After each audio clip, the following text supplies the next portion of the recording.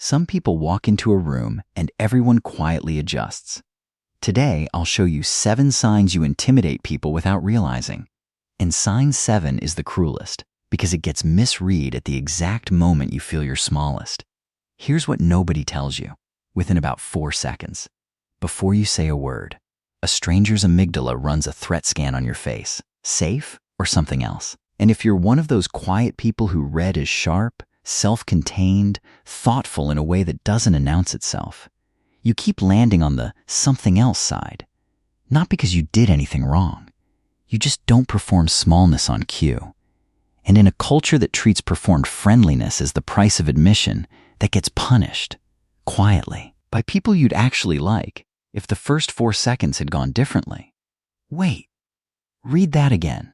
Because until you can see what's actually happening, you'll keep apologizing for the shape you take up. Sign 1.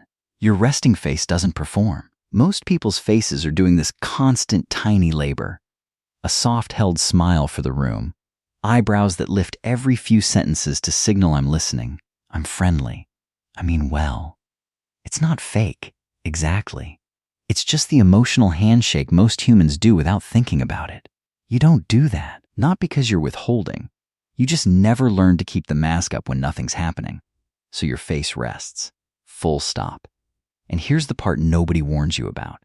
A face at rest, in a culture that expects a face at work, reads as a face judging. Even when yours is genuinely just doing math about lunch.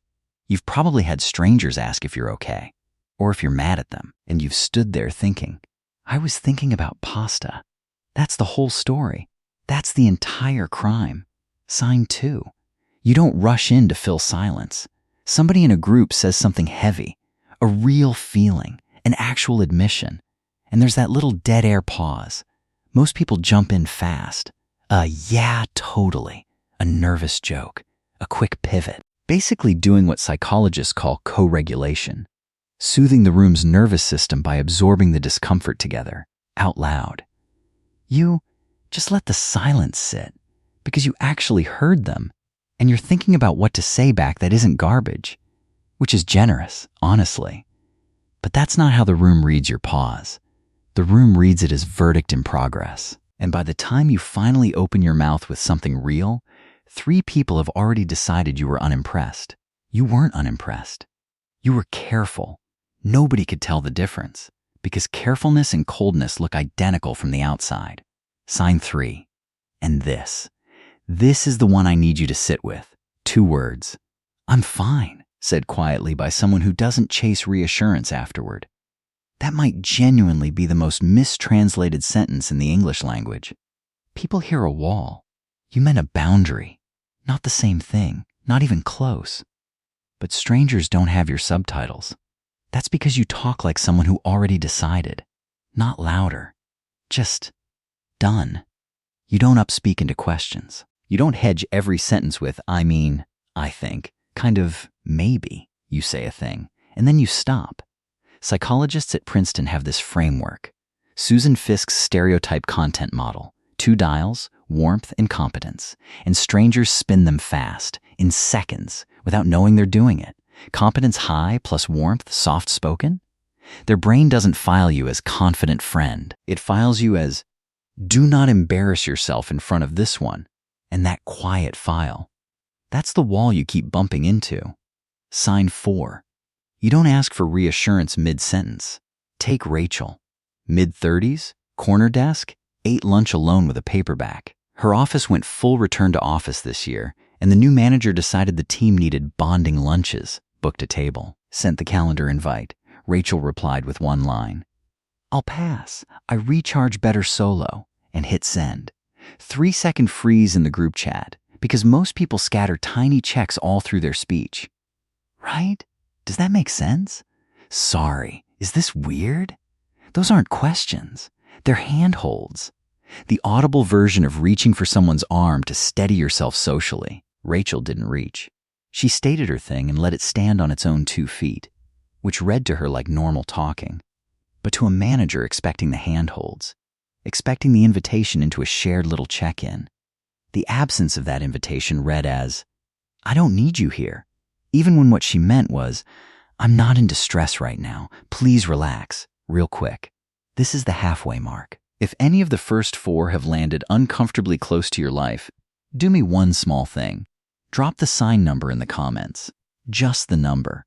It helps this video reach other quiet people who've been feeling like walls without knowing why. Stay with me, because sign 7 reframes every single sign before it. Okay, sign 5. You hold eye contact past the polite drop-off point. Most conversations have this micro-choreography where eyes meet again, then break away every couple of seconds to give the other person a little privacy. Just biology. You do the meet part. You just don't rush the break, because when someone's talking, you actually want to look at them. You're not scanning the room for a better conversation. That steadiness is unironically kind. But if the other person's nervous system is expecting the polite drop-off, which most people's are, your steady gaze doesn't register as care. It registers as scan, as X-ray, and they leave the conversation feeling weirdly examined, and they can't tell you why. You've probably been called intense by someone who meant it as feedback. They meant they couldn't hide from you. Sign 6. Your standards show even when you say nothing. You didn't tell anyone what you think a good friend looks like. You didn't announce what you'll walk away from. You've never once explained the bar. You've just calibrated your life around it, quietly, for years. But standards leak. They leak through what you don't laugh at. They leak through the second drink you didn't order. They leak through the way you go home a little early and don't apologize for it. People in the room can feel that leak. They just can't name it, so they name it wrong. They call it aloof, snobby, thinks she's better than us. When actually, you've walked away from friendships, jobs, entire versions of yourself that didn't clear that bar. You just decided a long time ago that your peace isn't up for negotiation. Now here's the pivot I promised. Signs 1 through 6, those are things you do. Sign 7 is different. Sign 7 is a thing you don't need, and that missing need is what breaks the room. Sign 7. You go quiet at the exact moment you're most anxious. Fast forward 6 months from that lunch invite. Rachel's team hits crunch. Deadline slipping, Slack lit up with panic emojis. Rachel goes still. Camera off. 2-word replies. Her manager assumes she's checked out.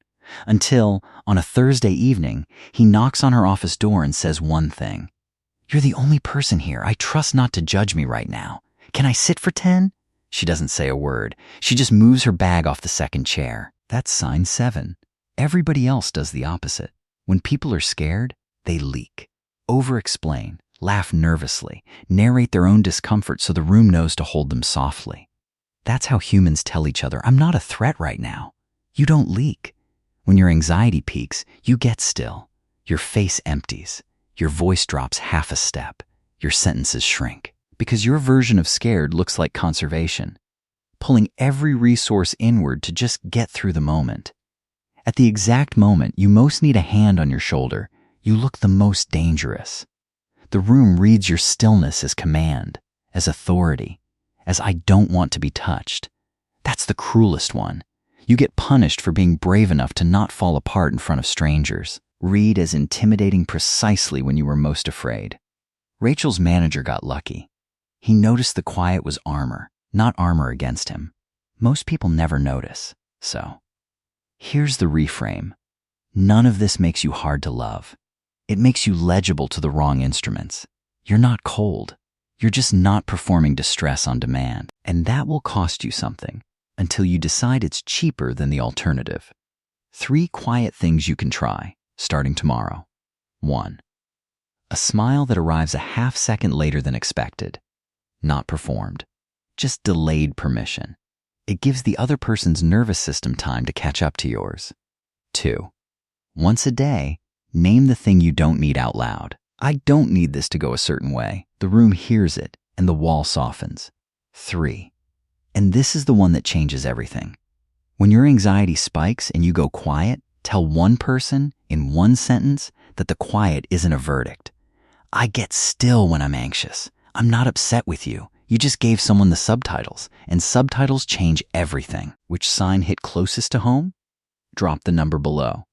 If you saw yourself in this video, subscribe. Because next, I want to show you what the world reads on your face when you're not around anyone. what you look like alone, and why that version of you might be the one you actually like the most. I'll see you there.